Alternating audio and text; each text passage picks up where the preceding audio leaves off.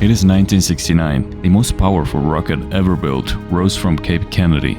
The Saturn V rocket carried 3 astronauts: Neil Armstrong, Buzz Aldrin, and Michael Collins, on a journey unlike anything humanity had attempted before. 4 days later, after traveling nearly 400,000 kilometers, they reached the moon. When Armstrong stepped onto the lunar surface, it seemed like the beginning of a new era. Many believed that moon bases, routine space travel, and missions deeper into the solar system would soon follow, but that future never arrived. Today, more than half a century later, humans have still not returned to the moon. So what happened? Why is it so difficult to revisit a place we successfully reached in 1969? Is it simply too expensive, too dangerous, or is there more to the story?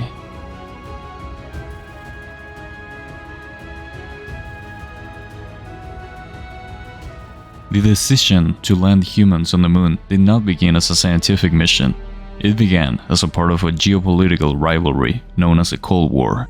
During the late 1950s and early 1960s, the Soviet Union and the US were competing for technological and political dominance, not only on Earth, but in space as well. Early on, the Soviets were clearly ahead.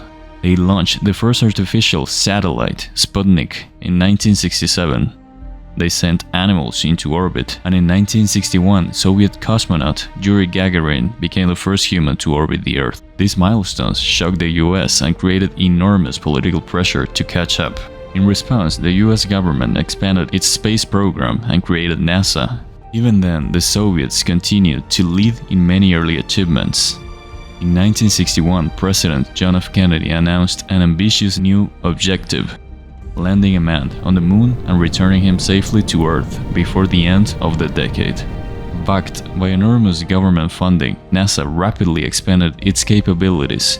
Thousands of engineers, scientists, and technicians worked on the project, developing these new spacecraft components, computers, and rocket technology. The cost was staggering. At its peak in the mid-1960s, NASA consumed nearly 5% of the entire US federal budget. Despite accidents, technical setbacks, and the tragic loss of the Apollo 1 crew, the program continued forward. And 1 year later, the goal was finally achieved.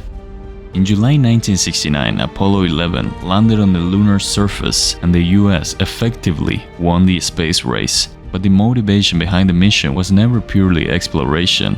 It was political competition. Once that competition expired, the urgency to keep returning to the moon quickly faded away. In current times, NASA's budget represents only about 0.49% of the US federal budget, roughly 10 times smaller than it was during the peak Apollo era.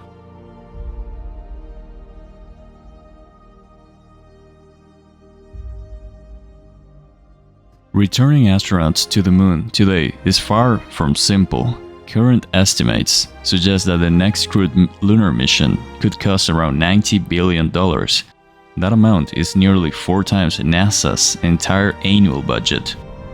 For that reason alone, the program has been funded gradually over many years, beginning in the early 2010s. Some people wonder why NASA can't simply rebuild the Saturn V rocket used during the Apollo missions.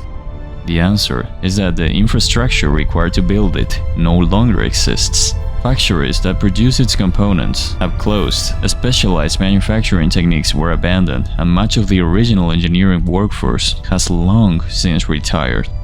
Even if engineers try to recreate it exactly, the technology inside the Saturn V rocket would be considered outdated by modern standards. It would be somewhat like trying to reproduce a decades-old mobile phone using today's manufacturing environment. Possible in theory, but extremely impractical. Instead, NASA is developing an entirely new system through the Artemis program. This program combines NASA's Space Launch System rocket with spacecraft developed by private companies, such as SpaceX, which is building a lunar landing vehicle version of its Starship vehicle. If development continues as planned, this system could return astronauts to the moon sometime later in this decade.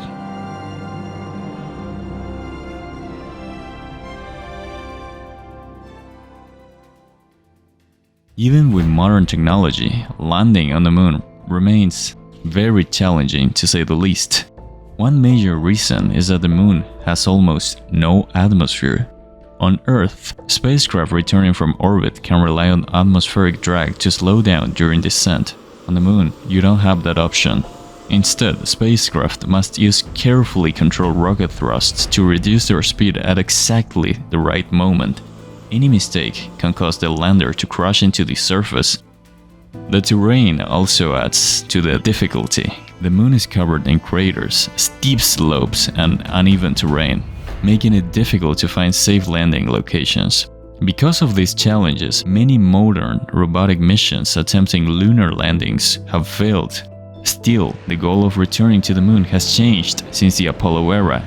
Instead of brief visits lasting only a few hours, future missions aim to establish a long-term human presence.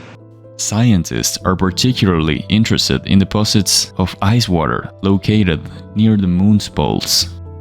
This ice could potentially be converted into liquid oxygen and hydrogen, two of the most important rocket propellants. If that becomes possible, the moon could serve as a refueling station for missions traveling deeper into the solar system, such as Mars.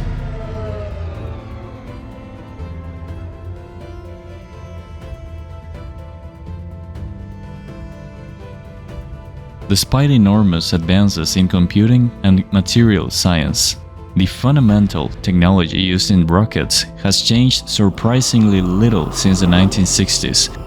Most launch vehicles today still rely on chemical propulsion, burning liquid fuels such as liquid methane together with an oxidizer such as liquid oxygen.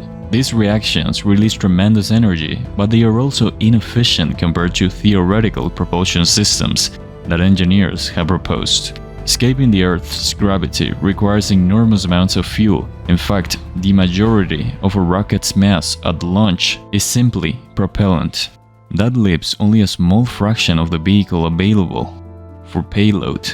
Scientists have explored several advanced propulsion concepts that could change this in the future.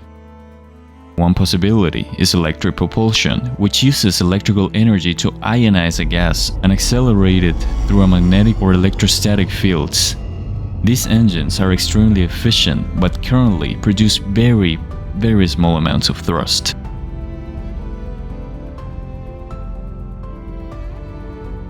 Another idea is the use of solar cells, large reflective surfaces that capture momentum from photons emitted by the sun. The problem is that the farther a spacecraft travels from the sun, the weaker this effect becomes.